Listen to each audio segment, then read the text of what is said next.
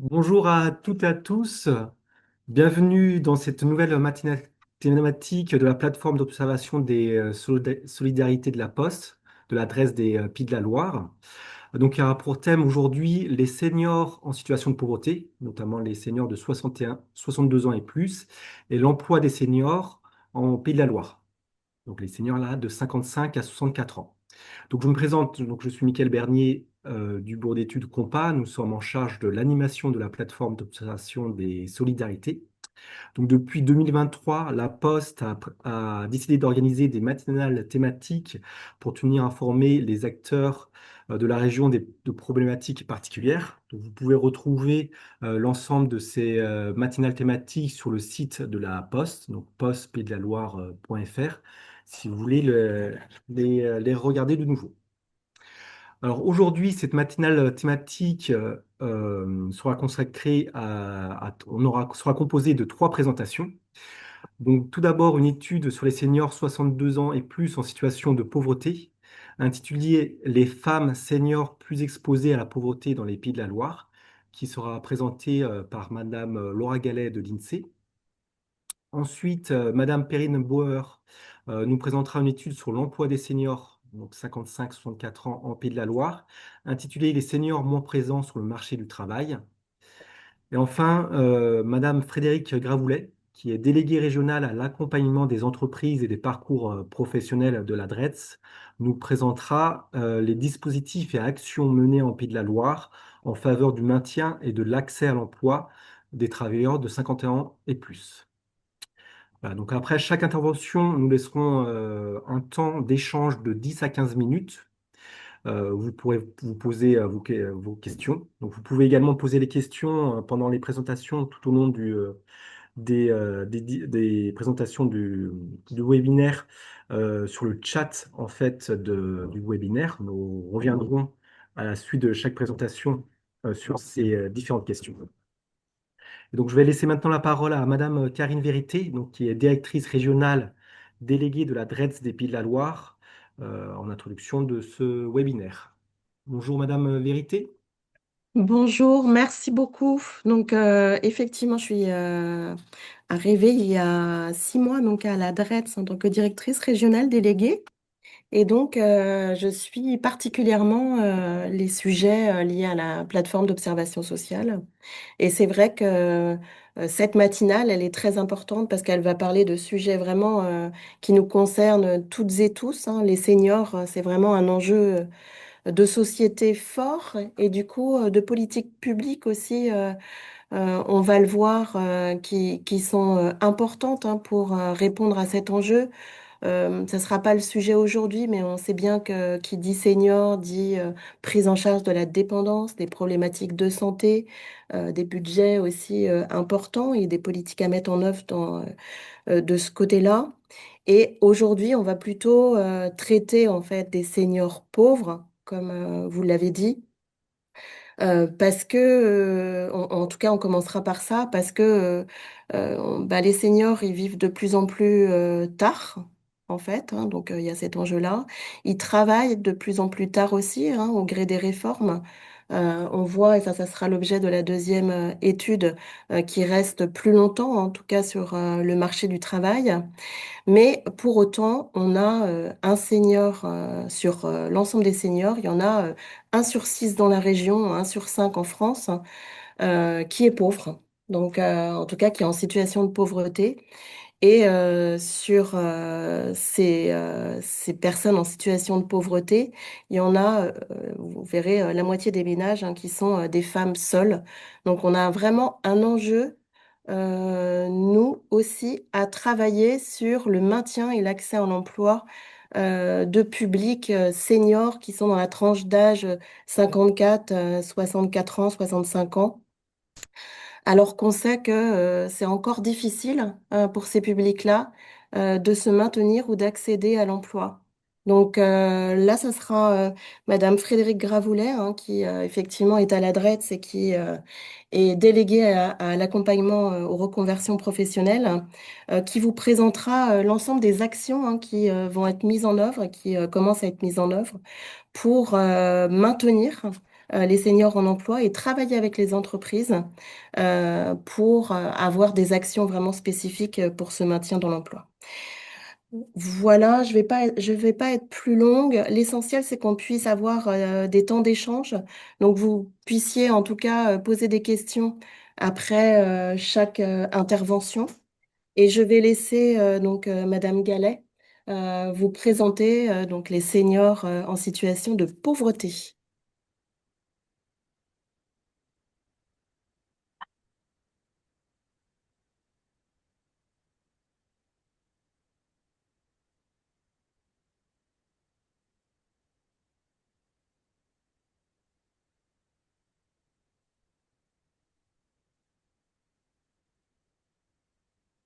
Bonjour à tous, j'espère que vous me voyez bien, que vous m'entendez bien. Oui, c'est bon pour nous, oui. Donc, je vais vous présenter l'étude que l'INSEE a sortie, l'INSEE des Pays de la Loire a sortie fin septembre sur la pauvreté des seniors, donc qui s'intitule Les femmes seniors plus exposées à la pauvreté dans les Pays de la Loire, que j'ai coécrit avec Mathieu Vaé. Et donc, moi, je suis Laura Gallet, chef de projet de l'action régionale à l'INSEE des Pays de la Loire. Une présentation en 5 grandes parties. D'abord, qu'est-ce que la pauvreté? Qui sont les seniors pauvres? Ensuite, on va regarder les ménages, donc c'est-à-dire dans quel type de famille vivent les seniors pauvres. Après, un focus sur les prestations sociales. Ensuite, on a analysé la pauvreté selon les différentes catégories de logements. Et finalement, on va regarder les disparités de la pauvreté selon le type de territoire. Donc 8,2% des seniors sont pauvres dans les Pays de la Loire. Un petit point pour commencer, définition qui est pas très intéressant, qui est pas très agréable, mais il faut bien commencer par ça. Définition. Donc, dans notre étude, on a pris en compte des ménages de seniors, c'est des ménages dont le référent fiscal a 62 ans ou plus. On a pris la limite des 62 ans, qui était l'âge de départ à la retraite en 2021. On dit que ces ménages sont en situation de pauvreté monétaire quand leur niveau de vie est inférieur à 60% du niveau de vie médian. Donc, on prend en compte ici le niveau de vie pauvreté monétaire. Dire ça prend pas en compte la pauvreté, d'autres styles de pauvreté, comme par exemple quelqu'un qui ne peut pas se chauffer, qui ne peut pas utiliser son chauffage, etc. Pour une personne seule, une situation de pauvreté, c'est-à-dire qu'elle touche moins de 1 154 euros en 2021. On a regardé aussi les ménages de seniors qui sont dans le halo de la pauvreté, donc c'est-à-dire les personnes qui ont un niveau de vie compris entre 60 et 70% du niveau médian de la population française. C'est-à-dire pour une personne seule qui touche entre 1 154, donc le taux de pauvreté, et 1 346 euros, le maximum du halo de la pauvreté. Donc dans les grands chiffres, dans les Pays de la Loire, il y a moins de seniors pauvres que dans le reste de la France métropolitaine. Le taux de pauvreté en 2021 des seniors, donc des 62 ans ou plus, est de 8,2%, largement moins qu'en France métropolitaine, qui est de 11,7%. Et si on rajoute les personnes qui sont dans le halo de la pauvreté, donc entre 60 et 70% du niveau de vie médian, on est à 7, il y a 7,6% de personnes qui sont dans le halo de la pauvreté. La somme de ces deux types de population fait que près d'un ménage sur 6 est pauvre ou proche de l'être. Lorsqu'on regarde le type de ménage, donc un ménage, c'est un ensemble les habitants qui vivent dans le même foyer. Donc, les ménages, on peut les mettre dans 4 grandes catégories, soit une femme seule, soit un homme seul, soit un couple sans enfant, ou le reste, les autres ménages. Par exemple, un couple avec enfant, par exemple, des colocataires, etc. Donc, les ménages en situation de pauvreté, la moitié sont des femmes seules. 51% des ménages en situation de pauvreté dans les Pays de la Loire sont des femmes seules. Et 21% des ménages en situation de pauvreté sont des hommes seuls. Donc, quand on regroupe les femmes seules et les hommes seuls, ça veut dire que 2 tiers des seniors pauvres sont des personnes qui vivent toutes seules. C'est pas parce qu'elles ont pas forcément, enfin, elles ont peut-être des enfants, mais ces enfants ne vivent pas avec elles. Ces personnes vivent toutes seules. Alors que si on regarde l'ensemble des seniors, quasiment la moitié des seniors sont un couple sans enfants. Donc la pauvreté touche plus souvent les personnes seules que les personnes en couple. Pourquoi? Donc, une femme seule, un ménage de seniors pauvres pour deux. Cette précarité plus importante peut s'expliquer par plein de facteurs, et notamment la pension de retraite qui est plus faible, liée à plein de facteurs, donc des revenus d'activité plus faibles, des carrières incomplètes et davantage de temps partiel, choisi ou subi. Ici, il s'agit de femmes qui ont plus de 62 ans en 2021. Donc, lorsqu'elles travaillaient, c'était des carrés, elles n'ont pas travaillé actuellement, elles ont travaillé il y a quelques années, dizaines, quinzaines, vingtaines d'années. Donc le travail des femmes était malheureusement plus à temps partiel, avec plus de coupures pour les enfants, etc. Et donc le décès du conjoint, dont la pension constitue souvent la principale source de revenus du ménage, donc pour ces générations, peut faire basculer vers la précarité lorsqu'elles ont plus qu'un seul revenu, une seule rentrée d'argent.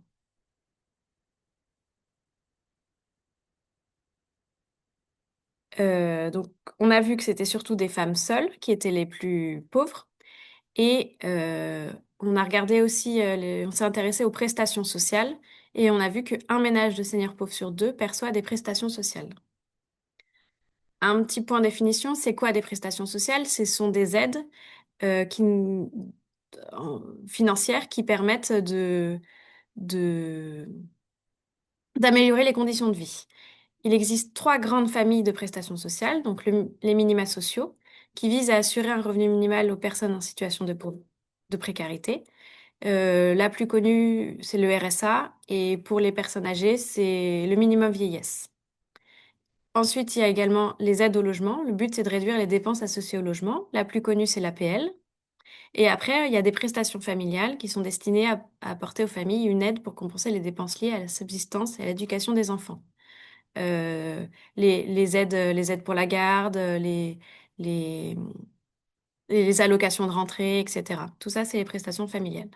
Et donc, toutes ces prestations sont versées sous condition d'âge ou de ressources.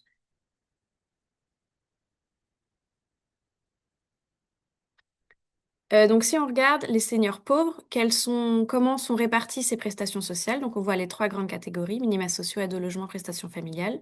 Et pour les seniors pauvres, 64% de leurs prestations sociales sont des minima sociaux.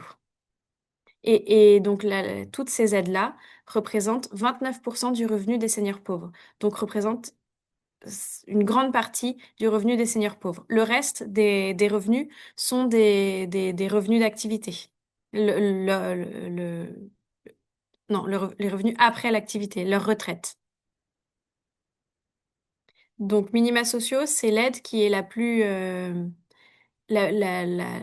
plus perçue par les seniors pauvres.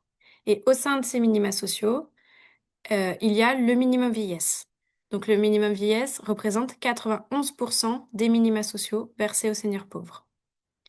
Mais malheureusement, la moitié des personnes éligibles, donc qui pourraient toucher cette aide, n'y ont pas recours.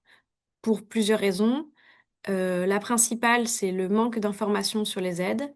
Également, ces seniors pauvres et craignent les contrôles ou un refus d'assistance. Et également, ce sont des aides qui demandent beaucoup de démarches administratives et ces seniors en situation de précarité euh, trouvent que ces démarches sont assez complexes à faire. Donc la moitié, euh, donc c'est l'aide la plus perçue du minimum vieillesse, c'est l'aide la plus perçue des minima sociaux. Et en 2023, 26 530 personnes perçoivent cette aide. Donc l'ASPA, c'est l'allocation de solidarité aux personnes âgées, c'est le minimum vieillesse, c'est la même chose car un nom différent. Comment elle fonctionne cette aide? C'est accordé donc aux retraités qui ont des faibles ressources et qui vivent en France. J'ai dit tout à l'heure que pour certaines aides, il y avait des enfin, des conditions de ressources. Il y a également des conditions d'âge. Ici, elle ne peut être touchée que pour les personnes qui ont 65 ans ou plus et qui ont une condition de ressources. Il faut que leurs ressources soient inférieures au seuil du minimum vieillesse. Il faut en faire la demande. Le seuil du minimum vieillesse est de 1 034 euros. Donc, si une personne retraitée de plus de 65 ans touche moins de 1 034 euros, elle peut demander cette aide. Et cette aide est dégressive. Euh, et donc, si elle touche peu, elle peut avoir beaucoup d'aide. Et plus ses revenus euh, s'approchent de 1 034 euros, moins elle touche d'aide. Donc, ce qui fait un montant médian de 320 euros par mois, par personne, en net. Donc, on a regardé les prestations sociales. Dans cette étude aussi, on s'est intéressé sur le logement. Dans quel type de logement vivent les seniors pauvres? Donc, on a vu que 3 fois plus de seniors pauvres sont dans le locatif social. Euh, donc, on a distingué d'un côté les communes urbaines et dessous les communes rurales. Donc, si on s'intéresse d'abord en haut du graphique, les communes urbaines. En bleu, les seniors pauvres, en rouge, les seniors du halo, et en gris, l'ensemble des seniors, donc tout le monde, la totalité. Dans les territoires urbains, donc le haut du graphique, 62% des seniors sont locataires. Et donc, aussi bien euh, locataires du social ou locataires ou autres locatifs, c'est les locataires du privé. Donc, pour 44% d'entre eux, il s'agit de locatif social. Donc, quasiment la moitié des seniors pauvres dans l'urbain vivent dans le logement social. Alors que, alors que pour l'ensemble des seniors, la valeur est à peine de 10%. Donc, dans les communes urbaines, les seniors pauvres sont majoritairement locataires et majoritairement locataires de logement social. Lorsqu'on regarde le bas du graphique, donc les communes rurales, on voit que les seniors, qu'ils soient pauvres dans le halo ou l'ensemble, donc les 3 barres en haut, la majorité des seniors sont propriétaires de leur logement. Il y a 3 fois moins de seniors pauvres dans le locatif social dans le rural comparé à l'urbain. Et donc, 2 tiers des seniors pauvres des communes rurales sont propriétaires de leur logement. Beaucoup plus que dans l'urbain où ils étaient que 38%. Donc dans les communes rurales, les seniors pauvres sont majoritairement propriétaires de leur logement. Ce qui fait que ça fait 2 catégories de population qui ne, qui ne vivent pas dans les mêmes conditions et qui ne perçoivent pas les mêmes aides et qui sont pauvres. Ces 2 catégories de la population sont pauvres, mais n'ont pas mais pas les mêmes conditions de pauvreté. Donc toute cette première partie, c'était au niveau des Pays de la Loire. Et on a regardé aussi selon le type de territoire. Donc si on regarde donc, le taux de pauvreté des seniors, on a dit que c'était 8,2% pour les Pays de la Loire, 11,7% pour la France métropolitaine. Et le taux de pauvreté n'est pas le même en fonction des départements. Le plus élevé est en Mayenne, 9,3%, alors que le plus faible en Vendée est de 7,8%. C'est également le taux de pauvreté le plus faible, pas que des seniors, mais de toute la population française. Et lorsqu'on regarde aussi donc le taux du halo, c'est les personnes qui sont pas dans la pauvreté, mais qui sont pas loin de la pauvreté, entre 60 et 70% du niveau de vie médian. C'est toujours la Mayenne avec le taux du halo le plus élevé. Voilà. Par contre, à l'inverse, c'est la Loire-Atlantique. C'est la Loire-Atlantique qui a un taux du halo des seniors le plus faible. Oui, oui. Donc là, on est sur les seniors. Si on a donc j'ai parlé que c'est la Mayenne qui a un taux de pauvreté le plus élevé. Mais si on regarde l'ensemble de la population française, enfin l'ensemble de la population générale de 0 à 99 ans, c'est la Sarthe qui a le taux de pauvreté le plus élevé. Les seniors, donc il y a en Sarthe, la population et il y a un peu moins de seniors, donc le taux de pauvreté des seniors est semblable au reste des départements des Pays de la Loire. Et donc après, si on regarde un peu plus en détail, si on classe les communes selon 4 grands types, donc des communes en urbain dense, c'est des communes comme Nantes, Angers, Le taux de pauvreté est 10,1%, donc plus élevé qu'en moyenne régionale, 8,2. Si on regarde des communes urbains intermédiaires, c'est aussi bien des communes proches de l'urbain dense comme Vertou, mais également comme Châteaubriand, comme Clisson, des communes qui sont un peu plus éloignées. C'est dans ces communes-là que le taux de pauvreté est le plus faible, des seniors toujours. Ensuite, si on s'éloigne un peu plus, on regarde le rural périurbain. Donc, c'est des communes rurales qui sont encore un petit peu plus éloignées de l'urbain dense. Par exemple, Saint-Philbert-de-Grandlieu ou Éric, le taux de pauvreté est assez faible. Alors que si on s'éloigne encore plus, qu'on regarde vraiment le rural autonome ou le rural non périurbain, ce sont des communes rurales qui sont très loin des zones urbaines. Par exemple, quelques exemples, Le G ou Nozay.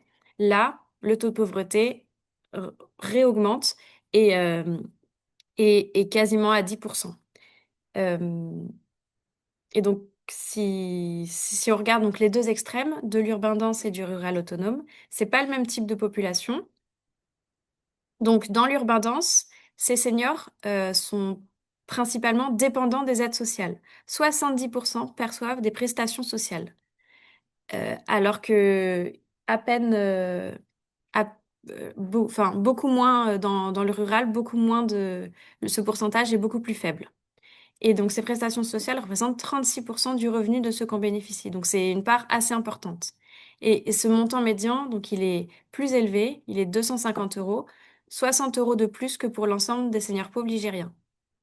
Ces seniors pauvres dans l'urbain dense, ils sont plus souvent locataires du social comme on a vu avant, et donc ce qui explique qu'ils ont des aides au logement, des APL, que les propriétaires n'ont pas, ne touchent pas. Donc ça explique une partie de ce surplus de prestations sociales. Au contraire, dans le rural autonome, donc ou rural non périurbain, ces seniors pauvres perçoivent moins d'aides.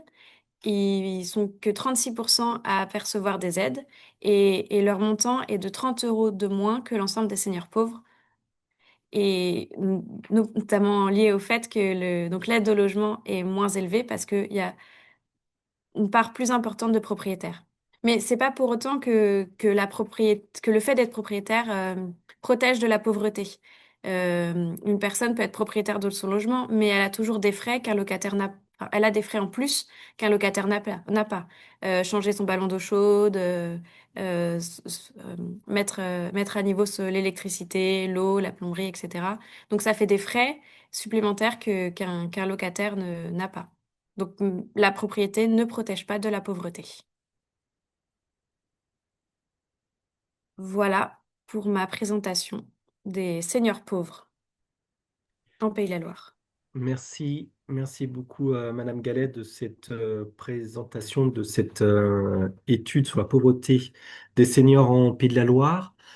On va passer donc à un temps d'échange avec questions-réponses. Donc, n'hésitez pas, si vous avez des questions, à les poser sur le chat de discussion que vous avez en bas de votre écran. Alors, en fonction de vos écrans, mais normalement il est en bas.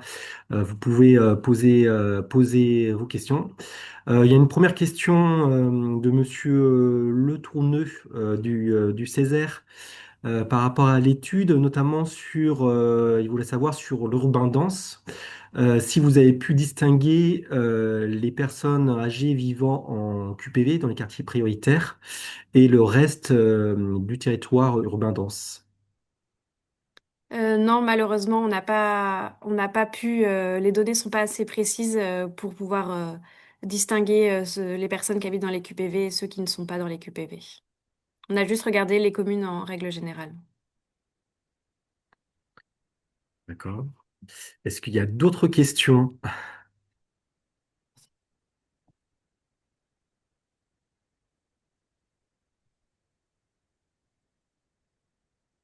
Alors, juste aussi pour vous rappeler, donc il y avait une question sur, alors plutôt technique.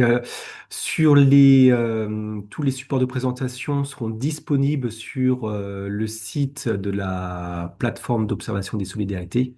Donc, nous les mettrons dès que possible et on vous enverra un message dès qu'ils seront disponibles. Donc, je vois qu'il n'y a pas d'autres questions. Donc, c'était plutôt clair la présentation. Donc, c'est une étude qui est parue récemment, en septembre, donc le mois dernier. Donc, vous pouvez également retrouver l'étude sur le site de l'INSEE. Oui, je suis pas, si je l'ai dit, elle est sortie fin septembre, le 30 septembre, là, 2025, donc tout récent. Donc, s'il n'y a pas de questions, on va passer à la suite. Du coup, on va aller laisser la parole à Madame Bauer, qui va nous présenter là, cette fois-ci une étude sur les seniors en emploi, alors les seniors de 55 à 64 ans en emploi, une étude un peu plus ancienne, mais qui est toujours sur une problématique du jour, quoi, actuel. Madame Bauer, alors je vais laisser Monsieur Siamois partager le support. Donc voilà, on voit Normalement, il bien est le support. partagé. Très bien. C'est bon ou pas? Donc bonjour Madame Bauer, je Bonjour. vous laisse la parole. Comment? Grand écran. Ouais. Ouais, ouais.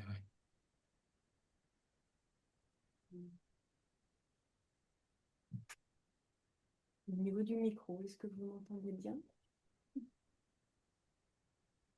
Non. Tiens.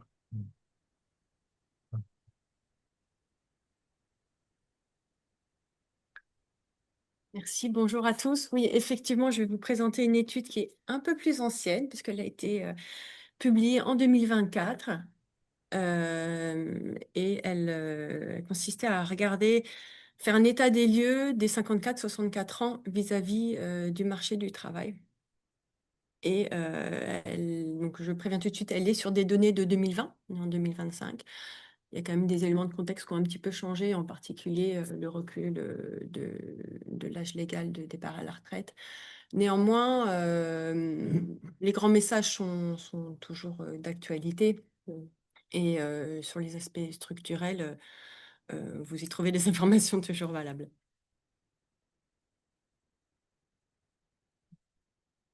Donc, pourquoi on a travaillé sur cette étude, d'ailleurs en partenariat avec l'adresse des Pays de la Loire? C'était pour comprendre qui sont ces seniors. C'est une fraction de la population qui va augmenter dans les prochaines années, de plus en plus nombreux dans les âges où l'on travaille. Et ils ont un taux d'activité qui devrait progresser dans les années à venir.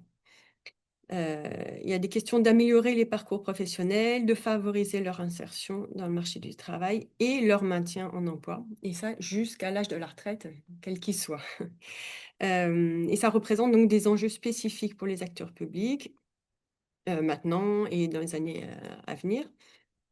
Ça répond aussi à des besoins de main-d'œuvre pour que les seniors puissent prendre part au marché du travail, mais aussi répondre aux besoins des employeurs et de limiter les tensions sur le marché du travail. D'abord, dans les Pays de la Loire, en 2020, il y avait 480 000 personnes entre 55 et 64 ans. On a toujours à peu près les mêmes chiffres dans les années plus récentes. Ça représente 20% des 15-64 ans, ce que je vais appeler dans l'étude ceux qui sont en âge de travailler, même s'il y en a qui sont en études, il y en a qui ne travaillent pas. Mais voilà, c'est une proportion qui va augmenter dans les années à venir de quelques points. Voilà. Et on va regarder leur situation vis-à-vis de l'emploi. En 3 parties. La première, on va faire un état des lieux de leur activité. Ensuite, on va faire un focus sur ceux qui sont en emploi, où est-ce qu'ils travaillent, leur façon, dans quelle situation ils travaillent. Et une dernière partie sur les 55-64 ans qui sont sans emploi. Pareil, quelle est leur situation? Tout d'abord, vous présenter les faits d'activité des 55-64 ans dans la région. Je spoil dès maintenant avec une moindre activité et on va voir pourquoi ils sont moins actifs qu'en France. Donc tout d'abord, l'état des lieux avec ce graphique qui nous permet de voir que parmi les 55-64 ans, il y en a la moitié qui sont actifs avec un emploi.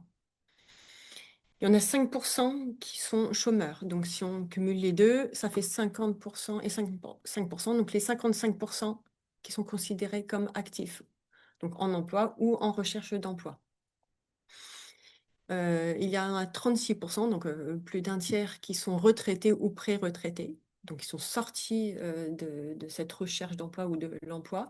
Et enfin, il y en a 9% qui sont inactifs, mais pas à la retraite. On va voir un petit peu plus tard en fin de présentation quelle situation ça représente. Donc, dans la région, il y en a 55% qui sont actifs, ce qui est 3 points de moins qu'en France. Or, dans la région, souvent on dit que le taux d'activité est élevé. Effectivement, on a un taux d'activité qui est au-dessus de la moyenne nationale, 77%, donc c'est vraiment un très bon niveau. Et ça peut entrer en contradiction. On va voir pourquoi finalement ça ne l'est pas. Par rapport à ce taux de 55%, il est en augmentation constante depuis plusieurs années, même depuis les années 2000. Parce qu'il y a un impact direct de l'âge légal de départ à la retraite, des trimestres de cotisation. Il y a aussi des questions de maintien en emploi jusqu'au... non, ça c'est... Excusez-moi. Ça augmente et ces âges légaux de départ à la retraite sont repoussés justement pour répondre aux problématiques que j'évoquais en introduction pour le maintien en emploi et les besoins en main-d'œuvre. On va regarder en détail où est-ce que ça augmente sur ce graphique. Alors, c'est des données nationales, mais on a les mêmes évolutions dans la région. Donc ça, on peut voir que depuis les années 2000, le taux d'activité des 55-64 ans augmente. Donc, en particulier, la courbe bleu foncé tout en haut, c'est les 50-54 ans. Ils ont un taux d'activité qui est élevé et qui est équivalent à ceux de moins de 50 ans. On va dire que la transition est finie. En fait, ils sont dans un régime d'actifs courants. En jaune, on a les 55-59 ans. Ils ont un taux d'activité qui a beaucoup augmenté depuis les années 2000, mais qui se tasse à mesure qu'ils se rapprochent de plus en plus de la courbe du haut, les 50-54 ans, et donc même on va dire du 25-55 ans. C'est logique. Par contre, les 60-64 ans, la courbe en gris, ils ont une hausse, un taux d'activité qui continue de croître. Alors, il faut dire qu'elle avait était beaucoup plus basse aussi, mais avec les réformes successives, c'est vraiment sur cette population qu'on veut augmenter le taux d'activité et le but à terme, ce qui est affiché en tout cas, l'avenir on verra, hein, mais c'est de tendre justement de rattraper les courbes jaunes et bleues. Donc on peut dire que le taux qui est là sur les dernières années, plutôt de 40% de taux d'activité, devrait progresser vers les autres qui sont aux alentours de 70%. Et enfin, les 55-69 ans, c'est la courbe turquoise tout en bas, reste à un niveau faible et ça dépasse à peine les 10% et ça ne va pas forcément beaucoup augmenter dans les années à venir. Voilà. C'est pas des projections, mais ça peut donner déjà une tendance.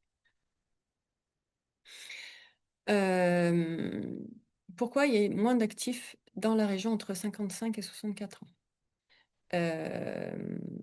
Parce qu'en fait, ils partent à la retraite plus tôt que dans d'autres régions. En fait, sur ce graphique qui décompose leur situation vis-à-vis de l'emploi âge par âge, donc de 55 ans jusqu'à 64 ans, on voit qu'il y a vraiment une bascule qui se fait à 60 ans et 61 ans. C'est vraiment là où il y a cette transition. Jusqu'à 59 ans, généralement, on travaille, hormis des pré-retraites ou des cas particuliers. 60-61 ans, là, on fait cette transition. Et en 62 ans, là, on est vraiment majoritairement sur des retraités. Avec, bien sûr, certains qui continuent à travailler plus tard jusqu'à 65-67 ans. Donc, en moyenne, on arrive à un âge moyen de départ à la retraite en France qui est de 62 ans. Et il faut savoir qu'il y en a un tiers qui termine sa carrière avant l'âge légal. Et c'est là où, en fait, on a un taux extrêmement élevé par rapport à d'autres régions. Et c'est parce que les carrières sont finies, parce qu'ils ont fait toutes leurs années. On est dans une région où il y a un bon taux d'emploi, les gens ont des carrières complètes. Et également, ils sont rentrés plus jeunes sur le marché du travail par de l'apprentissage et aussi parce qu'ils ont eu des formations plus courtes. Donc, il faut se remettre dans l'état il y a 40 ans. Il y a 40 ans, il y avait beaucoup de personnes qui ont passé un CAP, BEP et qui se mettaient sur le marché du travail. Donc, ça se voit maintenant. C'est quelque chose qui est en train de changer, ça diminue. Comme partout en France, il y a de plus en plus de personnes qui font des études supérieures et donc un bac plus 2, un bac plus 5, ça amène aussi à mettre plus de temps pour avoir une carrière complète. Le saviez-vous, c'est que les femmes partent quand même 7 mois plus tard. Et si on regarde ce graphique, hommes et femmes, on voit que les femmes, elles vont partir un petit peu plus tard. Elles sont plus à travailler sur les 60 ans parce qu'elles ont une carrière pas complète. Et il faut que, même si, voilà, il faut qu'elles rattrapent les années non travaillées au moment de départ à la retraite, voilà. Malgré les compensations qui peuvent exister. Alors, si on regarde ce taux d'activité dans les 55-64 ans par département, quel que soit le département, on a quand même un taux d'activité qui est plus bas que la France métropolitaine. Donc, le plus haut, c'est la Loire-Atlantique avec 57%, et le plus bas, c'est plutôt en Vendée, autour de 52%. On va voir un peu plus en détail par zone d'emploi. Donc, les zones d'emploi, je rappelle, c'est des zones où il y a, on va dire, un maximum de personnes qui vivent et qui travaillent. Ça me permet de rentrer plus dans le détail qu'au niveau départemental. Donc là, c'est toujours la représentation du taux d'activité. On voit que les métropoles comme Nantes et Angers, mais dans une moindre mesure Laval aussi qui ressort, ont des taux d'activité plus élevés. Là, on est plutôt dans un niveau France métropolitaine et au-delà. Parce que la population, en fait, des 55-64 ans, a un niveau d'études plus élevé, donc vont partir dans les âges plus tard. Il y a donc cette raison-là, l'aspect diplôme, l'aspect carrière, mais aussi un autre effet, c'est l'effet du littoral. C'est qu'on voit qu'il y a un certain nombre de retraités qui arrivent, qui résident, qui se mettent à résider sur le littoral aux âges de la retraite. Et ce qui fait que s'ils viennent, c'est parce qu'ils sont retraités, ils ont fini leur emploi dans leur ancienne ville ou dans leur résidence principale qui est devenue résidence secondaire, etc. Et donc, ça a un impact dessus. Et on peut voir aussi que dans les grandes métropoles, ça peut être aussi des jeunes retraités qui quittent la ville. Et donc, mécaniquement, s'ils sont retraités, qui quittent l'espace, ça fait augmenter le taux d'activité.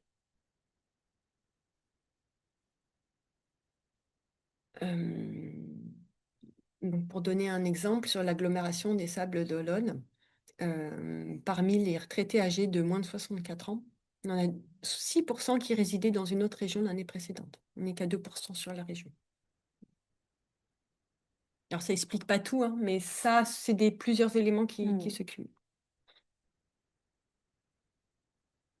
Donc, pour retenir sur cette grande partie, on a des 55-64 ans qui sont moins actifs dans la région qu'ailleurs, mais ça s'explique par des carrières commencées plus tôt qu'ailleurs, un attrait du littoral, et qu'on est quand même sur une tendance, une part d'actifs qui est en hausse, comme partout. Quels emplois les 55-64 ans occupent. Ça va être forcément impacté par le niveau d'études. Donc c'est des choses qui sont liées. Donc, c'est pour ça que je note quand on commence tard, on finit tard. On va voir que par exemple, tout ce qui est des professions de cadre, d'indépendants ou d'employés vont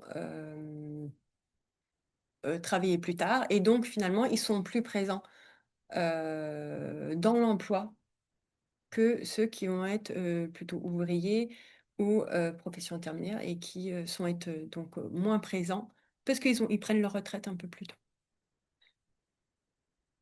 Finalement, c'est pas à 50 ans généralement on change de métier, donc c'est plutôt au niveau de la structure. Il y a aussi quand même une grosse part, il y a plus d'indépendants, on peut dire que ça peut être d'autres questions aussi, les indépendants qui peuvent rester plus tard. Beaucoup d'agriculteurs exploitants quand même, ils sont deux fois plus représentés que pour l'ensemble des personnes en âge de travailler. Ça se voit aussi au niveau des secteurs où les seniors sont plus représentés. On a par exemple l'administration publique, l'enseignement, la santé et l'action sociale. Un petit focus sur les fins de carrière. C'était une étude de France Stratégie qui mettait en avant le fait que quand les ouvriers peu qualifiés finissent leur carrière plus souvent que les autres pour une raison de santé, donc avant la retraite, donc ils quittent les emplois avant même la retraite. Voilà. Donc ça, c'est des autres questions de santé au travail ou de pénibilité. Un point sur le temps partiel pour les personnes qui travaillent, parce que les 55-64 ans sont 22% de travailleurs en temps partiel. Alors c'est plus élevé qu'en France, ils sont 19% des 55-64 ans. Il y a une spécificité dans la région, il y a plus de temps partiel quel que soit l'âge dans les Pays de la Loire. Mais là, c'est encore plus... C'est vrai sur ces âges-là. 35% des femmes sont à temps partiel, 10% des hommes. Pourquoi ils sont à temps partiel? Finalement, il y a quand même 28% qui l'ont demandé pour avoir du temps libre. Alors, on ne sait pas qu'est-ce qu'ils font de leur temps libre, mais voilà, c'est quand même la première raison. Alors que c'est que 15% pour l'ensemble des personnes en âge de travailler. 22% sont à temps partiel parce qu'ils n'ont pas trouvé un temps plein. Et là, on voit que c'est une proportion qui est à peu près équivalente à celle des 15-64 ans. Donc, on ne leur refuse pas, voilà, ils n'ont pas une spécificité. 17% pour des raisons de santé, donc là, c'est quand même nettement plus que les autres. Et il y en a 6% pour s'occuper d'un enfant ou d'un proche. Donc, on pense forcément à ceux qui sont aidants familiaux, pour s'occuper, par exemple, de parents âgés. C'est beaucoup moins que les 15-64 ans, mais parce que on a plus rarement un enfant à s'occuper à 55-64 ans que sur les 20-40 ans.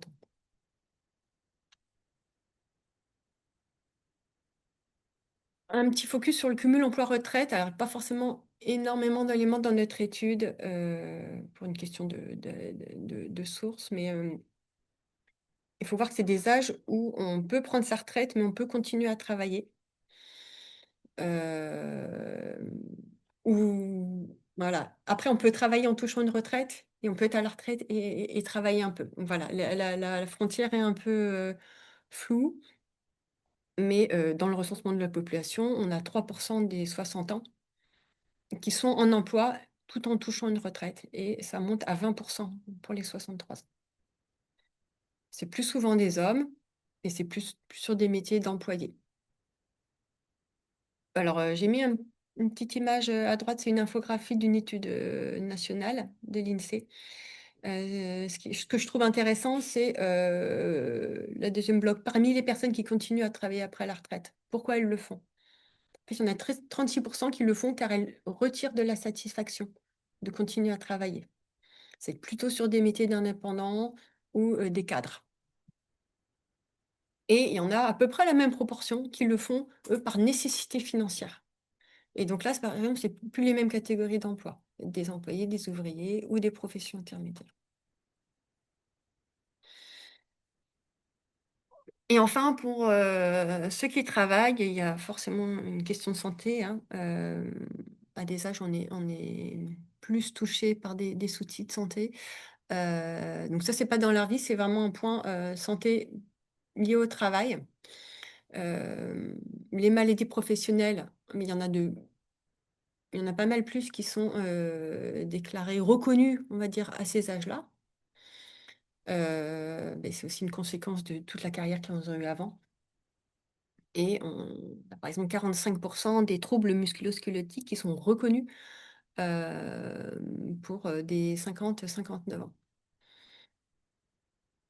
Enfin, pour les accidents du travail, ils sont moins fréquents, au-delà de 50 ans, mais ils sont plus graves et les arrêts sont plus longs. 37% des accidents du travail graves concernent des 50 ans et plus. Et ils ont 2 fois plus de risques d'accidents du travail mortels. Donc, pour conclure sur les 55-64 ans en emploi, ils sont plus souvent qualifiés, plus dans l'administration, santé, action sociale, plus souvent à temps partiel et avec des spécificités donc, tout sur santé, la santé au travail. Enfin, on va parler des 55-64 ans qui sont sans emploi. Donc, parmi eux, 14% sont ni en emploi, ni à la retraite. On le décompose en 5% qui sont au chômage, donc on les considère comme actifs, mais voilà, ils sont quand même dans une recherche d'emploi. 3% qui sont inactifs, plutôt des hommes et femmes au foyer, donc avec un choix de ne pas travailler. Et 6% qui sont d'autres inactifs. Et parmi ces autres inactifs, il y en a un quart qui souhaitent vraiment travailler, par exemple, voilà, qui cherchent un travail, mais finalement n'ont plus le statut de chômeur, parce que ça fait trop longtemps qu'ils sont inactifs. Ils peuvent être inscrits à Pôle emploi, à France Travail, excusez-moi. Il y en a aussi qui attendent une retraite à taux plein. Donc, il faut qu'ils sont dans l'attente de cette retraite qui ne va pas tarder, mais c'est un peu trop tard pour rechercher du travail ou ils n'arrivent plus à trouver du travail. Il y en a qui bénéficient d'une pension de réversion, donc ça leur suffit pour attendre la retraite. Ou des personnes qui sont moins contraintes financièrement. Et il faut savoir que la moitié des 55-64 ans qui sont inactifs mais pas à la retraite se sont en incapacité de travailler pour handicap ou problème de santé. C'est du ressenti. C'est pas lié à percevoir la hache ou autre chose, mais ils se sentent plus de par des problèmes de santé. Pour ceux qui sont demandeurs d'emploi, il y a aussi des difficultés à retrouver un emploi. Il y en a plus de la moitié, même les 2 tiers, qui recherchent du travail depuis 1 an ou plus. Et parmi eux, la moitié en recherche depuis 3 ans ou plus. Donc là, c'est vraiment très éloigné du marché du travail. Donc, 64 ans pour les 55-64 ans sont en recherche d'emploi depuis 1 an ou plus, et c'est seulement 44% pour les 15-64 ans. Voilà, donc il y a vraiment un bel écart. Et c'est plus vrai pour les femmes, mais c'est plus élevé qu'en France. Il y a aussi une question de temps partiel. Finalement, les demandeurs d'emploi recherchent plus souvent, dans ces âges-là, un poste à temps partiel. Donc ça, c'est logique, hein, puisque après, effectivement, ils sont en emploi plus souvent à temps partiel. Et il y en a plus souvent aussi qui sont demandeurs d'emploi tout en ayant une activité réduite dans le mois. Donc les catégories B et C de ceux qui sont inscrits à France Travail. C'est plus élevé dans les Pays de la Loire, on est à 50%, alors que c'est que 40% en France. Et on a 30 parmi eux, ouais, c'est 33% qui ont une activité réduite longue.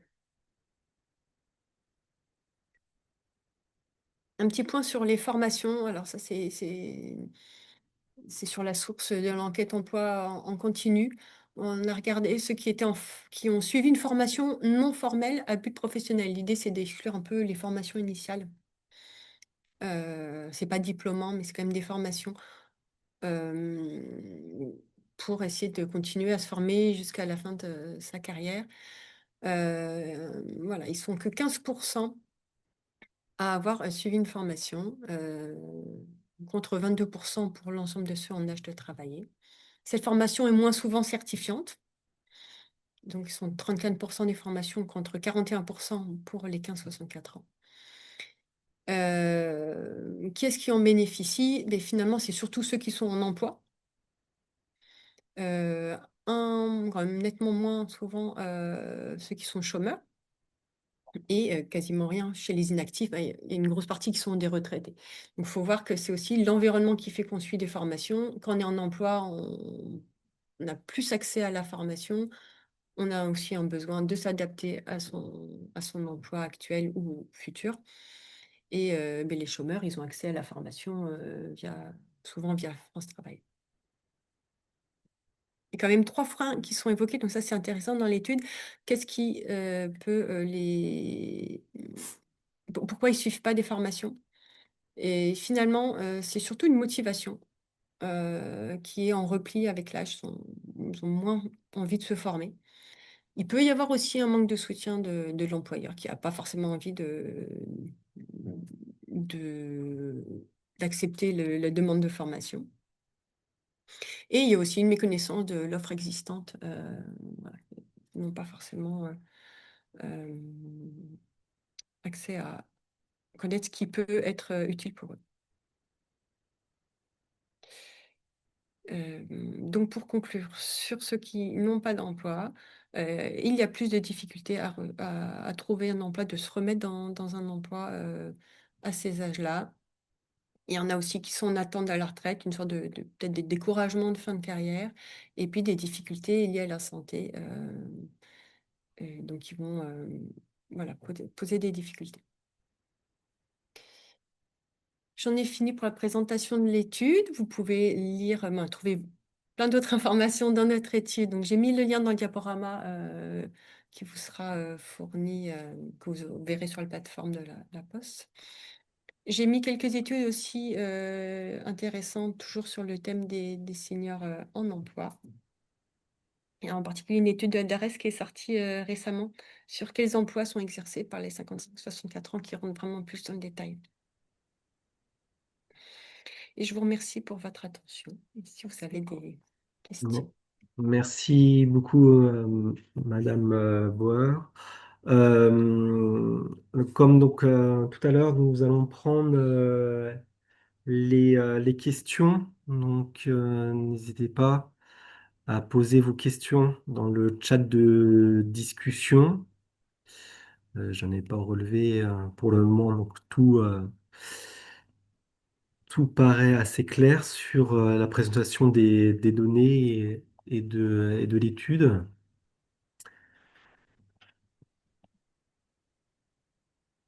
Donc, s'il n'y a pas d'autres questions, nous allons pouvoir passer à la suite, hein. Donc, Madame Bauer nous a montré les différentes données sur le taux d'activité des seniors et notamment les personnes qui sont, la part importante de personnes de 55-64 ans qui continuent à travailler par nécessité, hein.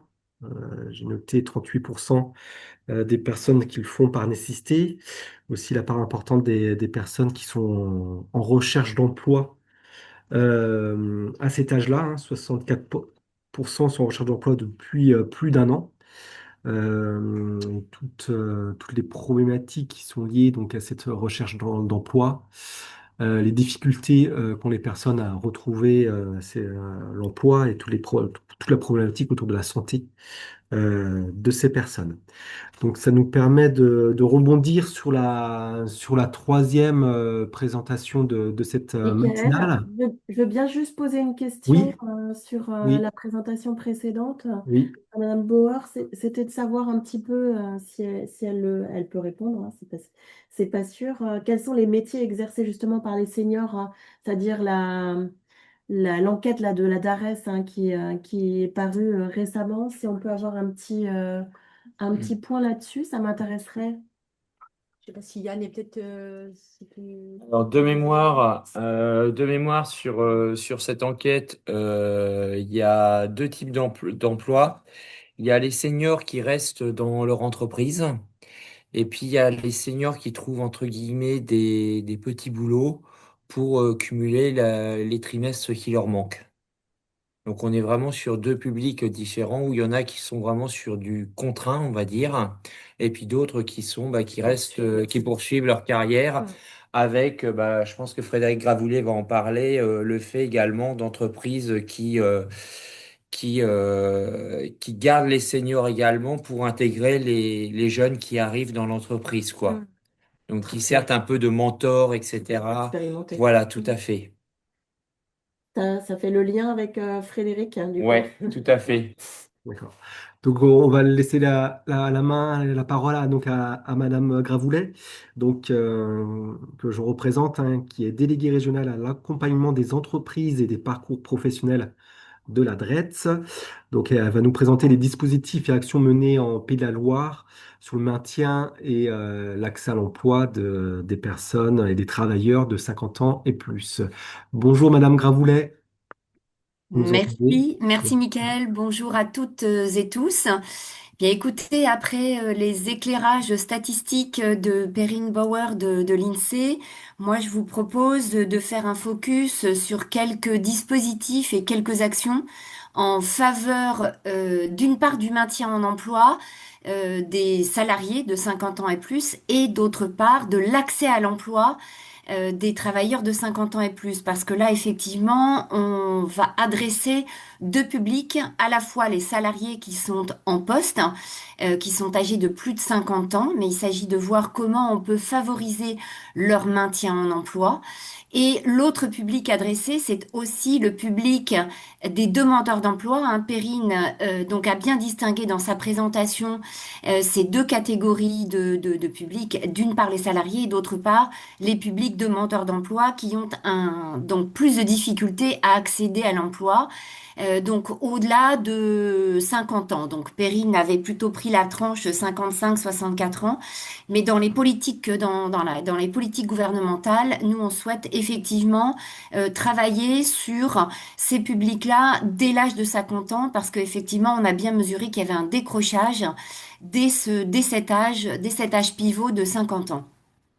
Ça a été précisé en introduction par Karine Vérité, repris également dans les présentations de l'INSEE sur le fait que favoriser l'emploi des travailleurs seniors, donc c'est un véritable enjeu, un enjeu stratégique, notamment un enjeu social et sociétal, puisqu'effectivement on constate aujourd'hui que la première discrimination au travail, c'est celle liée à l'âge.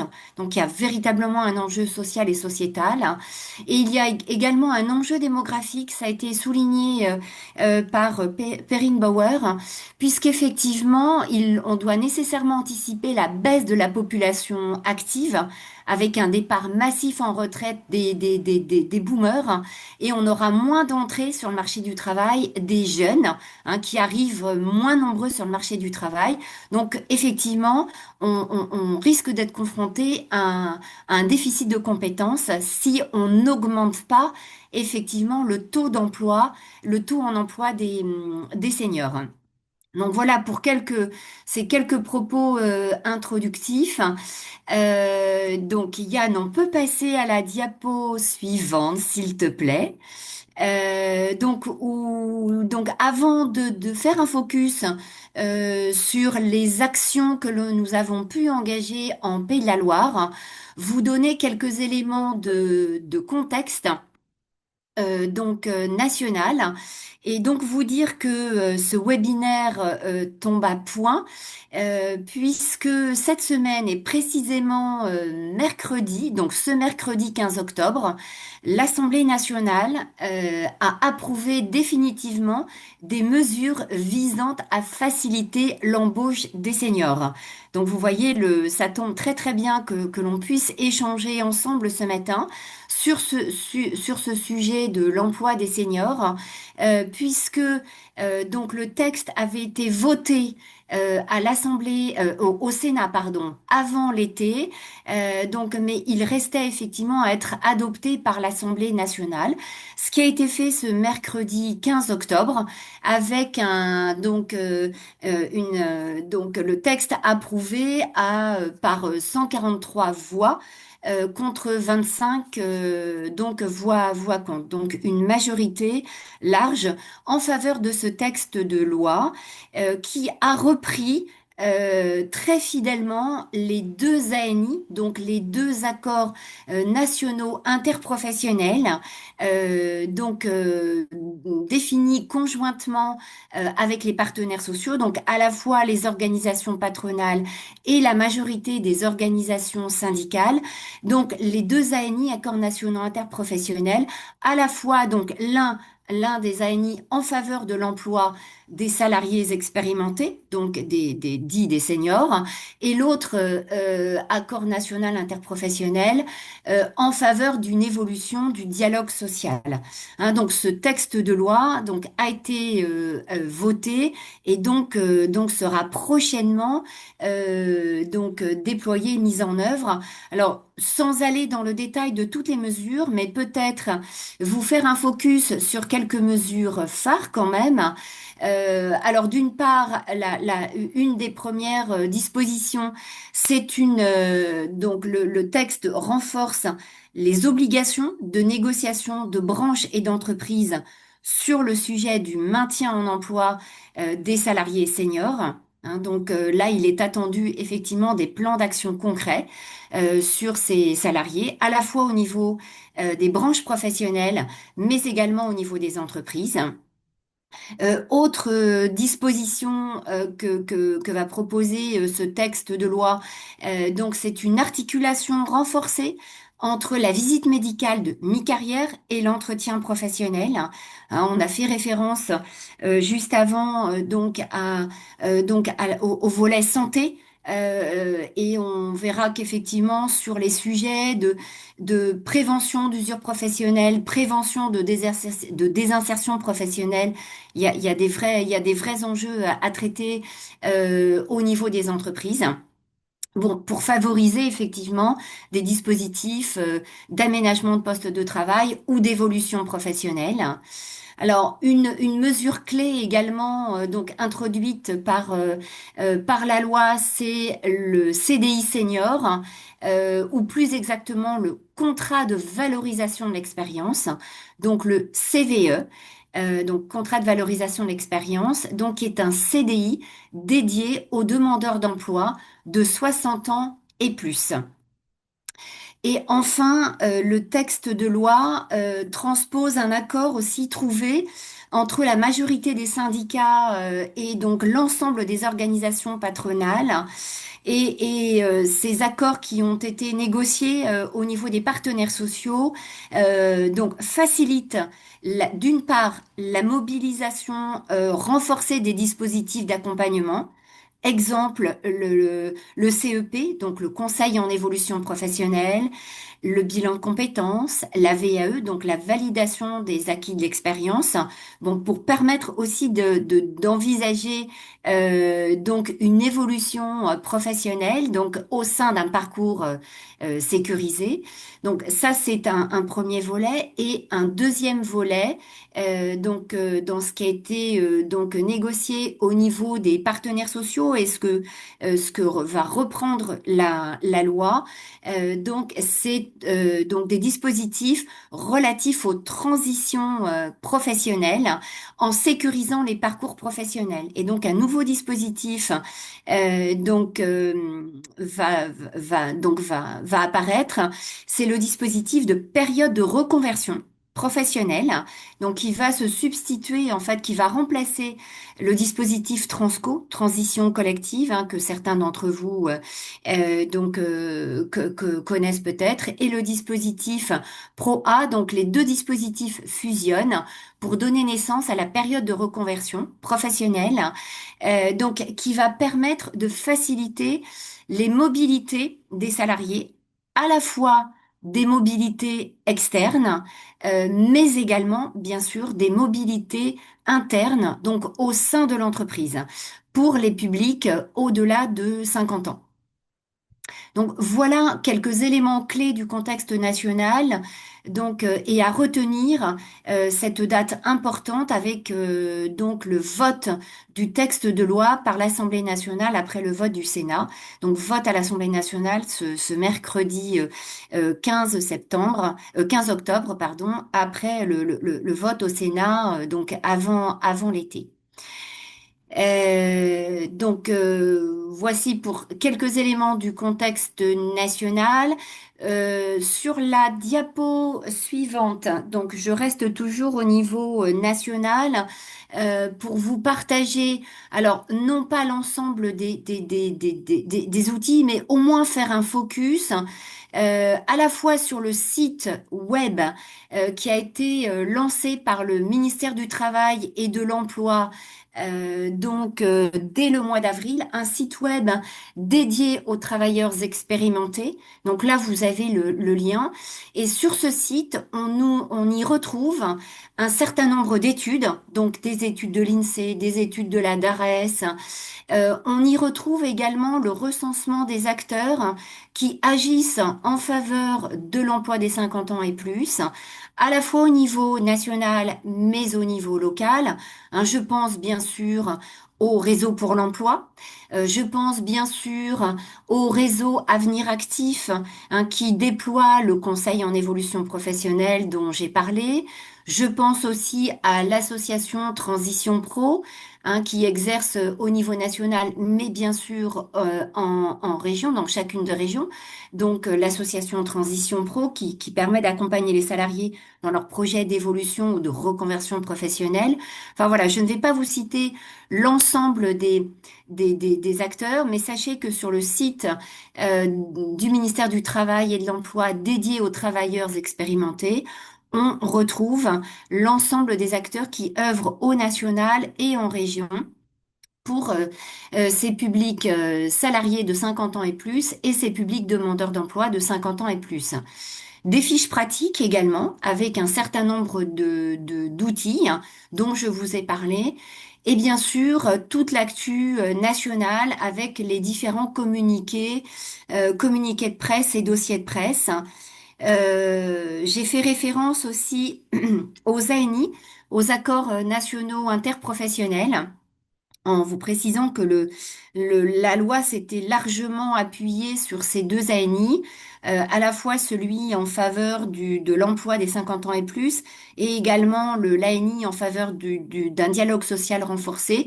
Donc vous trouverez sur ce site web donc les liens qui vous renvoient donc à ces ANI. Et donc dans les jours prochains, on va trouver bien sûr tout ce que je vous ai évoqué juste avant sur le texte de loi, donc voté à l'Assemblée nationale ce mercredi 15 octobre. Autre outil du ministère du Travail et de l'Emploi, c'est un guide pratique qui s'intitule Engager son entreprise pour l'emploi des 50 ans et plus. Et là, qui à la fois a vocation à accompagner les dirigeants et les RRH, donc les responsables des ressources humaines des entreprises, quelle que soit leur taille et quel que soit leur secteur d'activité, pour les aider à structurer une politique RH en faveur d'une part du maintien en emploi de leurs salariés de 50 ans et plus, et d'autre part pour les encourager à recruter des publics demandeurs d'emploi de 50 ans et plus. Donc, ce guide pratique, Engager son entreprise pour l'emploi des 50 ans et plus, recense l'ensemble des outils, des partenaires que l'entreprise peut mobiliser, avec également des illustrations de témoignages et de cas pratiques d'entreprises qui se sont engagées et qui témoignent en faveur de l'emploi des 50 ans et plus. Donc voilà, sur les différents outils, je pourrais aussi vous parler, puisque j'ai fait référence à ces partenaires que sont les partenaires du réseau pour l'emploi. Donc je pense à France Travail et donc France Travail a expérimenté en Île-de-France un dispositif à tout senior qui favorise la réinsertion, donc enfin l'accès à l'emploi plus facilement avec tout un programme d'accompagnement pour les publics demandeurs d'emploi. Donc ce dispositif a d'abord été expérimenté en Île-de-France et il va être désormais déployé sur d'autres régions, notamment en Pays de la Loire. Donc le dispositif à tout senior qui va être aussi déployé, expérimenté par France Travail, donc pour faciliter l'accès à l'emploi des demandeurs d'emploi de 50 ans et plus. On a également, toujours au sein du réseau pour l'emploi, un dispositif de l'APEC. Le dispositif Talent Senior, par exemple, qui est un dispositif de parrainage entre un dirigeant d'entreprise et un demandeur d'emploi, donc plutôt profil cadre. Et donc ce dispositif de mentorat, de tutorat, permet aussi à un demandeur d'emploi cadre d'activer un réseau, l'aide aussi à définir un projet professionnel pour faciliter donc son intégration soit sur des nouvelles fonctions ou sur sur donc ou sur des fonctions à ce que le cadre occupait précédemment. Donc le dispositif du CEP, Conseil en évolution professionnelle, je l'ai évoqué. Sur ces projets d'évolution professionnelle, également vous dire que le CEP, pardon, le CPF, le compte personnel de formation, pourra bien sûr être mobilisé avec différents abondements, donc avec une logique de cofinancement de parcours aussi pour faciliter des parcours d'évolution professionnelle et ou de reconversion professionnelle. Et donc, une nouveauté introduite par la loi, c'est le dispositif dont je vous parlais, de la période de reconversion professionnelle destinée à faciliter soit une mobilité interne au sein d'une entreprise, soit une mobilité externe, pour encourager en fait aussi une mobilité externe d'un salarié, et cela dans le cadre d'un parcours totalement sécurisé. Donc voilà, à la fois pour le contexte national et déjà des outils qui sont donc des outils de droit commun. Donc à la fois des outils qui sont accessibles pour tout public et pas nécessairement des 50 ans et plus, mais on voit bien qu'il y a un certain nombre d'outils qui vont être particulièrement fléchés pour les publics 50 ans et plus, à la fois les salariés, mais également les demandeurs d'emploi. Si l'on passe maintenant au contexte régional des Pays de la Loire, alors vous dire qu'on a une particularité du quadripartisme en Pays de la Loire, donc avec donc déjà un dialogue social nourri, donc dans le cadre de ce quadripartisme établi entre la région, l'État et les partenaires sociaux, donc représentés par les organisations patronales et les organisations syndicales. Et dans le cadre de ce quadripartisme et d'une instance qui s'appelle le CREFOP, donc a été établie une SREFOP. Donc si je détaille l'acronyme, donc la SREFOP, c'est la stratégie régionale de l'emploi, de la formation et de l'orientation professionnelle, donc qui a été donc définie conjointement pour la période 2023-2028, donc définie conjointement État, région, organisation patronale et organisation syndicale. Et on voit que dès 2023, donc l'ensemble de ces entités donc avait déjà identifié donc cette ambition Et donc cet enjeu autour des seniors, puisque donc figure dans la SREFOP 2023-2028 déjà un axe qui est l'ambition d'œuvrer avec les employeurs au recrutement et au maintien dans l'emploi des seniors. Donc c'est déjà un sujet et un enjeu qui a été donc identifié en région Pays de la Loire avec déjà des partenaires engagés, des parties prenantes engagées et des actions qui ont pu être menées en 2023, 2024 et également en 2025. Et sur des actions engagées en 2025, je vais revenir sur un événement fort qui s'est tenu le 16 juin dernier à la préfecture de région, événement organisé par la DRETS et par ses partenaires. Événement qui a réuni une centaine de participants et de témoins, à la fois des entreprises, des salariés, des partenaires sociaux, des acteurs de l'emploi, des acteurs de la formation, des services de santé au travail, l'État, le Conseil régional.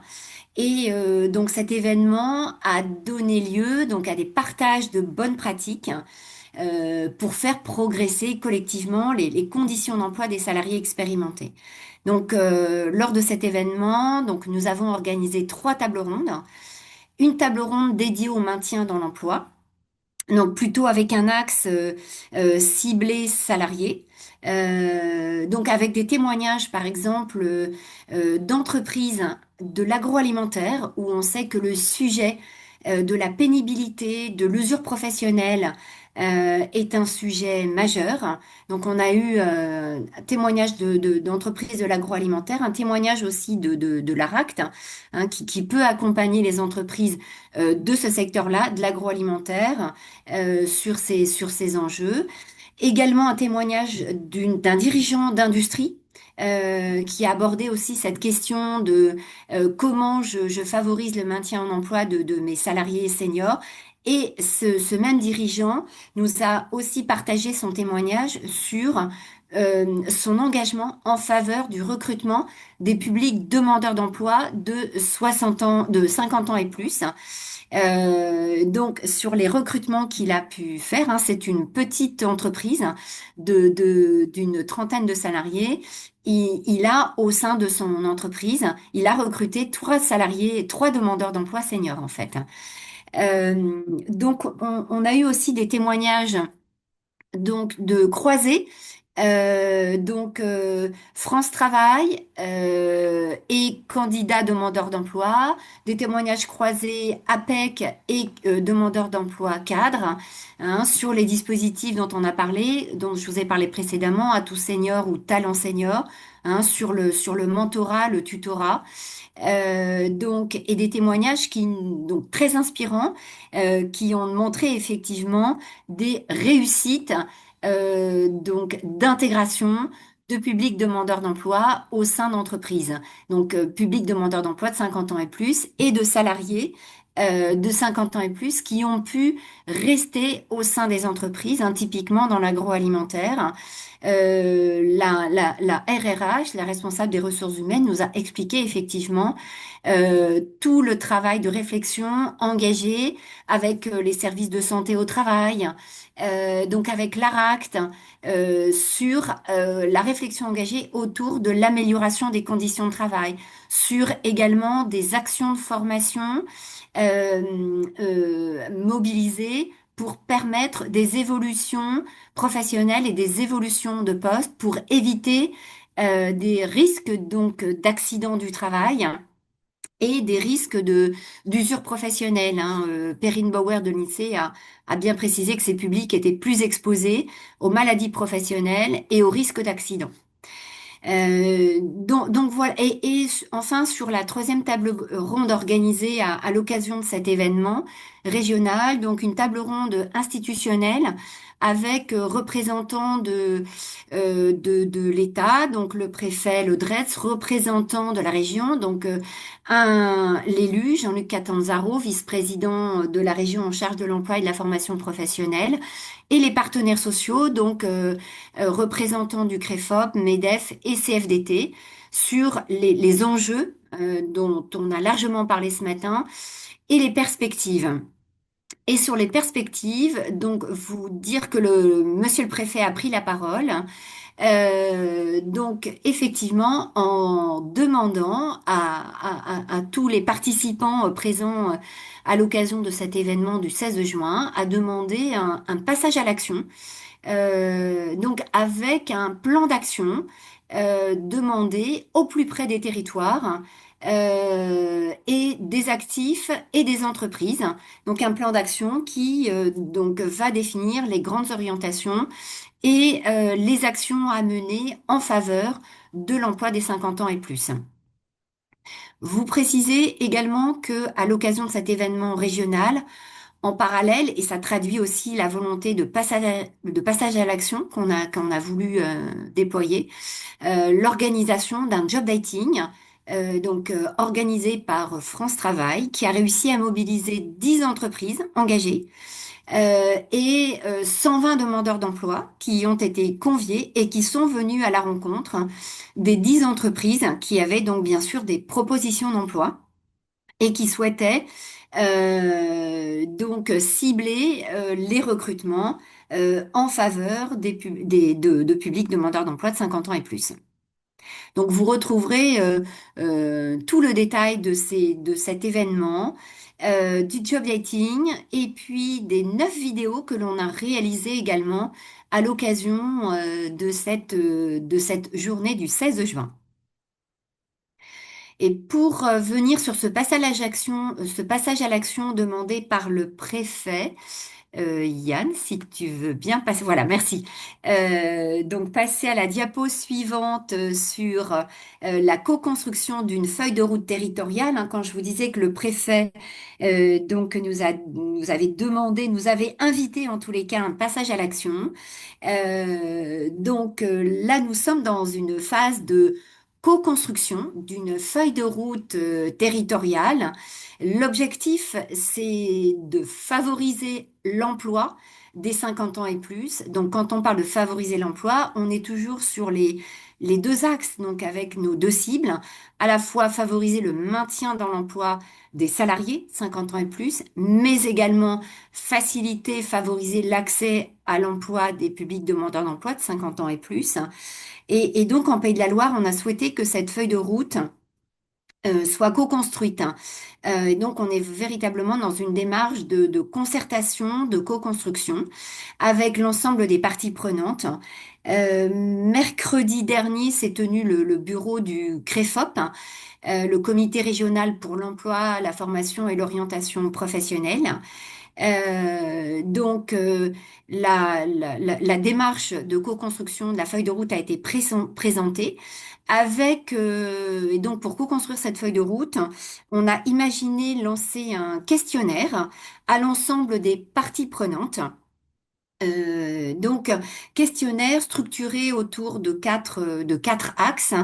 Un axe entreprise, un axe territorial, un axe santé au travail et un axe dialogue social. Si je détaille en fait l'axe entreprise, donc c'est vraiment avec l'ambition d'amplifier l'accompagnement des entreprises en les aidant à définir des objectifs concrets pour améliorer l'emploi des 50 ans et plus. Donc à la fois sur leur public salarié déjà en poste, mais également c'est comment encourager les entreprises à recruter des publics seniors. Donc, à la fois, comment les accompagner sur leur politique de recrutement, comment les accompagner sur une politique de formation qui permet de faire évoluer, faire monter en compétences ou d'accompagner des reconversions internes de leurs salariés. Comment effectivement leur permettre de travailler sur leur GEPP, gestion des emplois et des parcours professionnels. Comment encourager, ça a été évoqué tout à l'heure, le sujet de la transmission des compétences et de l'intergénérationnel. Hein, donc, c'est comment on peut imaginer des binômes. J'intègre un jeune, et comment quantité ce binôme, nouveaux embauchés, enfin nouvel embauché, pardon, plutôt public jeune et public senior, et favoriser et faire matcher ce binôme sur cette transmission intergénérationnelle. Et bien sûr, au sein des entreprises, il y a un vrai sujet aussi de réflexion autour de l'adaptation des conditions de travail, hein, donc qui sera aussi traité dans l'axe santé au travail. Ça, c'est pour le premier axe. Le deuxième axe, territoire, l'axe territorial, là, on pense tout particulièrement au CLPE, aux comités locaux pour l'emploi. Donc, et je fais référence aussi à la présentation de Perrine Bauer de l'INSEE, où on voit bien que le taux d'emploi des seniors est différent d'un territoire à l'autre. Donc, il ne s'agit pas de dupliquer euh, des mêmes actions sur chacun des territoires, mais au contraire, d'adapter des actions en fonction de la problématique et de la spécificité du territoire. Et les CLPE, donc les comités locaux pour l'emploi, nous paraissent être la bonne entité en tous les cas pour appréhender ces sujets des publics 50 ans et plus. Alors pour certains CLPE, ça peut être un sujet vraiment prioritaire. Peut-être que pour d'autres comités locaux pour l'emploi, ça le sera moins. Mais en tous les cas, s'il y a des priorités à donner sur ces publics-là, ça peut être traité au sein des comités locaux pour l'emploi qui associent largement un grand nombre de parties prenantes. L'axe santé au travail, ça a été abordé par l'INSEE, donc avec des risques de maladies professionnelles, des risques d'accidents du travail plus importants, hein. Et effectivement, là, il s'agit de voir comment on peut limiter le risque de désinsertion professionnelle, limiter aussi le risque d'usure professionnelle. Donc là, on sait qu'il y a déjà des outils qui existent, hein. Donc, je vous ai parlé de l'entretien professionnel qui sera renforcé, notamment avec la visite médicale de mi-carrière, hein. Ça, c'est typiquement la transposition de la loi votée le 15 octobre dernier. On a également un outil, le compte professionnel de prévention, le C2P, qui peut tout à fait être activé. Je pense également aussi à un autre outil, le fonds d'investissement pour la prévention de l'usure professionnelle, le FIPU, qui peut tout à fait être activé dès l'instant où il y a des risques d'usure professionnelle. Et enfin, le quatrième axe, qui est l'axe de dialogue social. Donc, c'est comment favoriser aussi le dialogue social au sein des entreprises, alors au sein des branches professionnelles, bien sûr, au sein des entreprises et sur les territoires, autour de ces enjeux du maintien dans l'emploi et de l'accès à l'emploi de ces publics 50 ans et plus.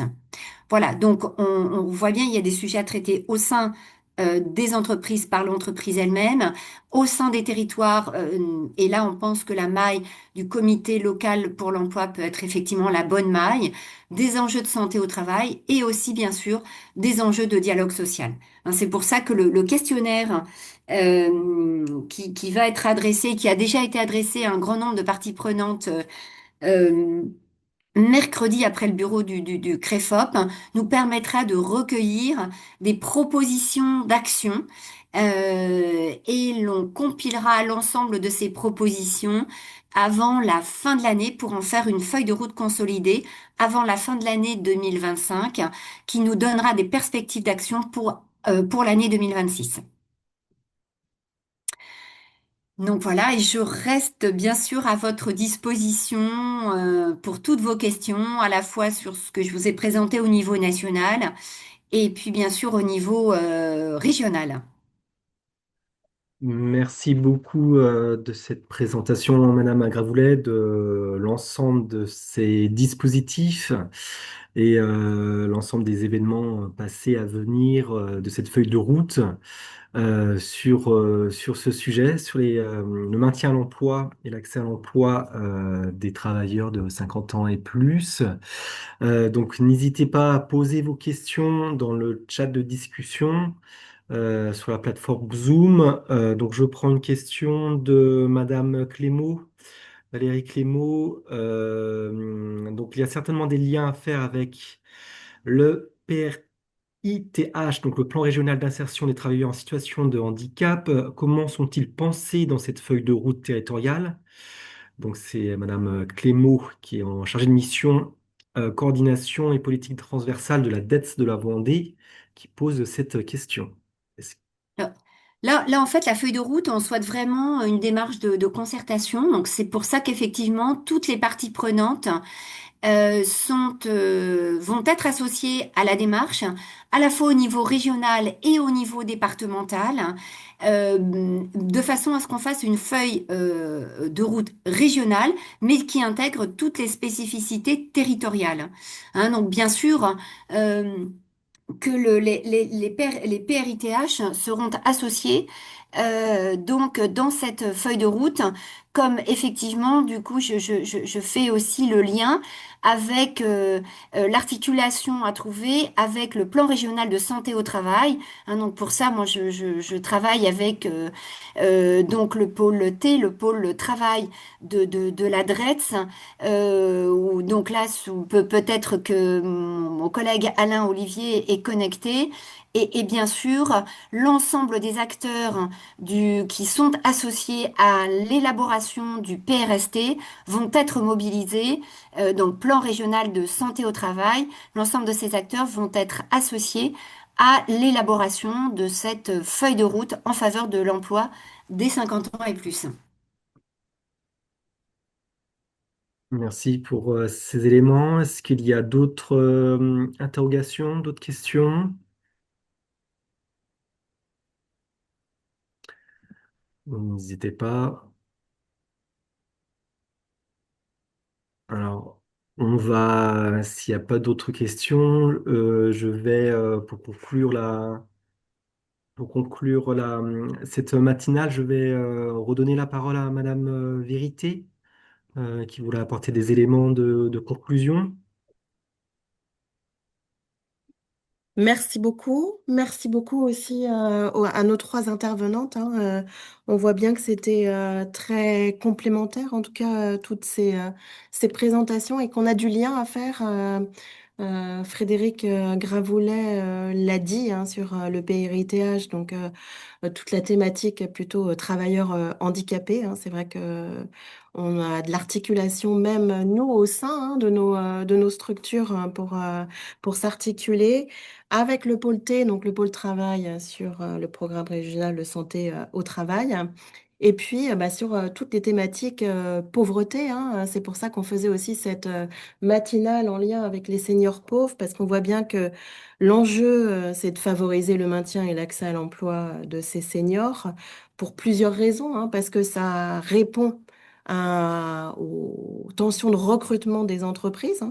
Ça, c'est déjà le premier enjeu. Le deuxième, c'est que ça devrait permettre en fait à terme de diminuer la pauvreté, en tout cas on l'espère, hein, puisque une personne qui travaille, en tout cas un senior qui travaille le plus longtemps possible, hein, ça lui permet d'améliorer en tout cas ses conditions de vie par la suite. Et puis ben on a de la chance en fait de pouvoir faire profiter en tout cas de cette transmission intergénérationnelle entre ben, des travailleurs expérimentés et puis des jeunes qui arrivent sur le marché. Donc ça, c'est des choses qui sont précieuses aussi. Et on voit bien que l'enjeu, il est quand même devant nous, hein, de pouvoir travailler l'adaptation des conditions de travail pour ces fins de carrière. Et donc ça reste encore à travailler et c'est devant nous. Voilà pour quelques mots de conclusion. Je voulais aussi vous informer qu'il y aura la conférence des partenaires de la plateforme d'observation sociale qui se tiendra le 9 décembre prochain à Angers. Vous serez tous invités, hein, c'est beaucoup plus large en termes d'invitation, mais vous le serez également. La thématique de cette conférence, ce sont les familles monoparentales. Là aussi, on aura une articulation à avoir entre les sujets plutôt de société, mais aussi l'insertion professionnelle, hein, ou en tout cas les freins à l'insertion professionnelle de ces familles monoparentales, donc les modes de garde, la mobilité. Et donc cette journée, cet après-midi, puisque c'est 14h, 17h30, se tiendra à la CCI d'Angers. Voilà, vous recevrez une invitation très, très prochainement. Merci beaucoup en tout cas pour votre participation. Et puis, on aura une prochaine matinale maintenant, je pense, en 2026, sans doute à partir du mois d'avril. Et donc, évidemment, vous serez tous invités. Merci, Madame Vérité. Oui, tout à fait. Donc, on aura notre conférence. Donc, ce sera le prochain temps fort de la Poste, donc le 9 décembre à Angers. Donc, pour rappel, n'hésitez pas à aller sur le site de la plateforme d'observation des solidarités des Pays de la Loire où vous retrouverez tous les webinaires. On vous enverra un message dès que les supports de présentation seront disponibles sur le site. Et également, donc, ce webinaire, cette matinale qui a été filmée. Donc, vous pourrez la retrouver. Et vous retrouverez également tous les éléments de notre base documentaire qui sont disponibles en accès libre sur le site internet. Donc, n'hésitez pas à aller y faire un tour. Donc, je vous Et dis oui. j'ai oublié quelque chose quand même d'important, c'est merci à Monsieur Bernier donc, et au compas pour l'animation de la plateforme d'observation sociale avec nous et donc cette co-animation. Merci. Donc, merci aux trois présentations de ce matin, à l'INSEE et à Madame Gravoulet. Merci également à toutes les personnes qui sont assistées à cette matinale. Donc, je vous dis à toutes et à tous à bientôt et n'hésitez pas donc à vous connecter et nous communiquer aussi les informations que vous souhaitez sur les différentes problématiques suivies par la plateforme. Merci, bonne journée à toutes et à tous. Au revoir. Au revoir. Au revoir. Au revoir.